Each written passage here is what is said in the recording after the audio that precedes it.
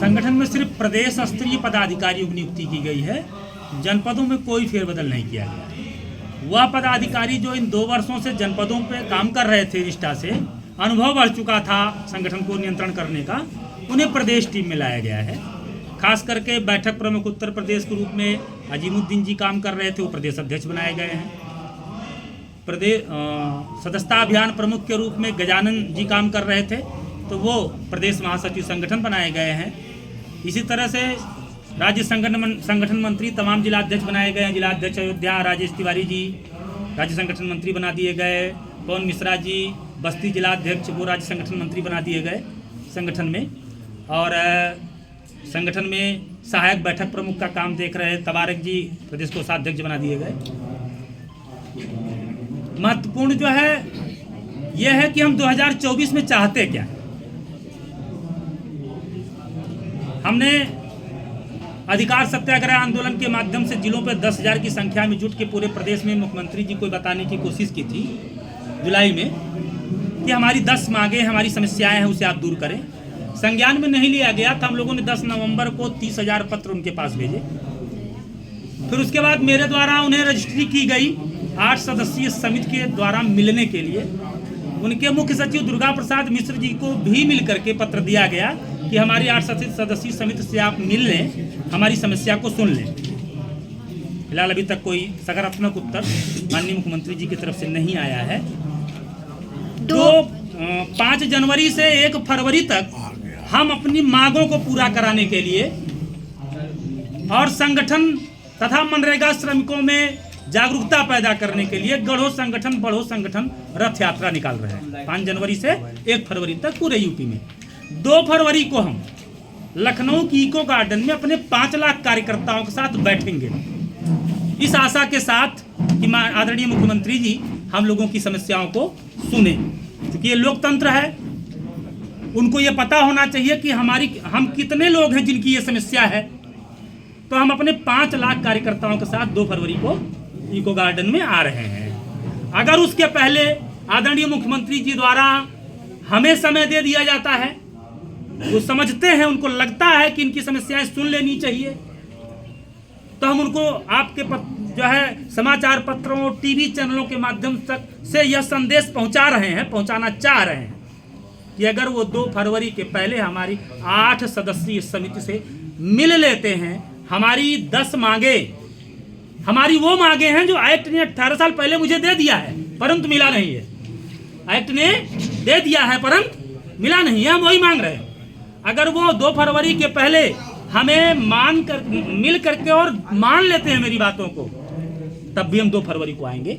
अंतर सिर्फ इतना रहेगा, न मिलने न मानने पर हम मांगने आएंगे, मिल लेने और मान लेने पे हम सम्मानित करने आएंगे। लेकिन हम 2 फरवरी को अपने 5 लाख कार्यकर्ताओं के साथ लखनऊ आएंगे।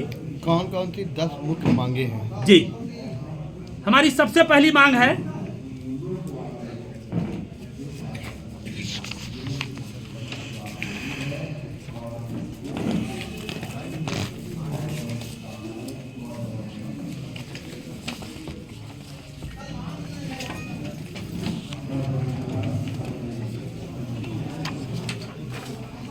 उन मनरेगा श्रमिकों को, समस्या गांव में है ना, गांव में बहुत चोरी है मनरेगा में। ग्राम प्रधान, रोजगार सेवक से लेके बीडीओ, डीसी, मनरेगा, सीडीओ, ये सब मिलके 100 रुपए में 98 रुपए की चोरी कर रहे हैं। कितने में? 100 रुपए में से 98 रुपए की चोरी कर रहे हैं। उस चोरी को दूर किया जाए। उसके बाद गांव के जो लोग हैं उनको मनरेगा के सिस्टम के हिसाब से रोजगार दिया जाए। दूसरी मांग हमारी है कि सामुदायिक सहभागिता सुनिश्चित करने हेतु मनरेगा मजदूर संघ के ग्राम सभा अध्यक्ष को निगरानी समिति में अध्यक्ष बनाया जाए। गांव में ब्लॉक अध्यक्ष को ब्लॉक चौकसी समिति में अध्यक्ष बनाया जाए। जिला अध्यक्ष को जिला निगरानी समिति में अध्यक्ष बनाया जाए। फिर हमारी मांग है कि जो ये श्रम विभाग पंजीकरण हमारा करता है उस पर वो 50 रुपए शुल्क लेता है।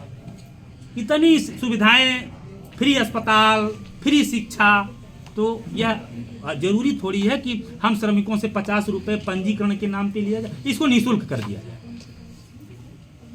और जो 90 दिन काम करने पर ही श्रम विभाग का बेनिफिट मिलता है, ये बाध्यता समाप्त कर दी जाए।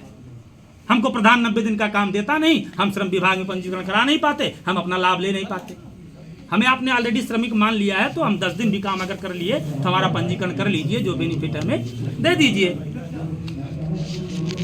उसके बाद जो श्रमिक काम करता है मनरेगा में, उसको 230 रुपये मजदूरी दी जाती है, जो न्यूनतम है। अधिकतम अधिनियम कहता है ये न्यूनतम है, तो अगर ये न्यूनतम है तो अधिकतम भी होगा, वो अधिकतम हमें दिया जाए, न्यूनतम ना दिया जाए, अर्थात न्यूनतम मजदूरी के साथ साथ कार्य के आधार पर भी मजदूरी हमें दी जाए। फिर सबसे महत्वपूर्ण मांग हमारी ये है कि हमें क्रियान्वयन निकाय बनाया जाए। एक्ट कहता है हमें क्रियान्वयन निकाय बनाया जाए और विलुप्त हो रही नदियों की खुदाई का कार्य दिया जाए और उसके अगल बगल खाली पड़ी जमीनों पे जंगल निर्माण और उनके संरक्षण का कार्य दिया जाए, जिससे देश का हित हो सके, प्रकृति का हित हो सके और मनरेगा अधिनियम का लाभ समाज प्राप्त कर सके। फिर हमारी एक समस्या है कि हमारी मजदूरी जो है 230 जो है उसे 400 कम से कम किया जाए। काम के दिन 100 हैं, जबकि पलायन रोकने के लिए हमारा यह कानून लाया गया था, लेकिन 365 दिन में आप हमें सिर्फ 100 दिन का रोजगार देंगे तो हमारा पलायन नहीं रुक पाएगा। सिर्फ 265 दिन हम क्या करेंगे?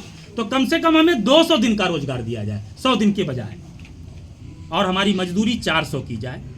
महिला मेटों को निगरानी समिति के प्रति जवाबदेह बनाया जाए तथा महिला मेटों के लिए जरूरी है कि उनका उचित समायोजन हो जी, और अनिवार्यता लागू की जाए और अनिवार्यता लागू की जाए। 20 श्रमिकों का जो प्रतिबंध है कि 20 श्रमिक होंगे तभी वो काम पे जाएंगी, ये खत्म किया। बाध्यता समाप्त की जानी चाहिए। हमारी यही प्रमुख मांगे हैं कुल 10, और ये समाज हित में है, देश हित में है और गांव के मनरेगा श्रमिकों के हित में है, और ये 3 करोड़ लोग हैं पूरे यूपी में। आपकी मांगे मुख्यमंत्री के संज्ञान में है क्या? 30,000 पत्र के माध्यम से ये मांगे उन तक हमने पहुंचाई हैं, उनके आवास तक डिस्पैच किया है वहाँ के बाबू ने। तो अगर आदरणीय मुख्यमंत्री जी सेवा भाव रखते होंगे तो 30,000 में से अगर एक भी पत्र देख लिए होंगे तो उनको जरूर पता हो गया होगा कि इनकी मांगे क्या है। अगर फिर भी 9 फरवरी को वो नहीं आपसे मिलते हैं, फिर आगे का क्या कर? तो 2 फरवरी को, अगर 2 फरवरी को वो अंतिम लड़ाई है, हमारे 5 लाख कार्यकर्ताओं से नहीं मिलते हैं, नहीं मानते हैं, तो हम 2 फरवरी को विधानसभा के सामने से आकर के मुख्यमंत्री आवास तक सब घेर के बैठेंगे, वहीं कीर्तन गाएंगे।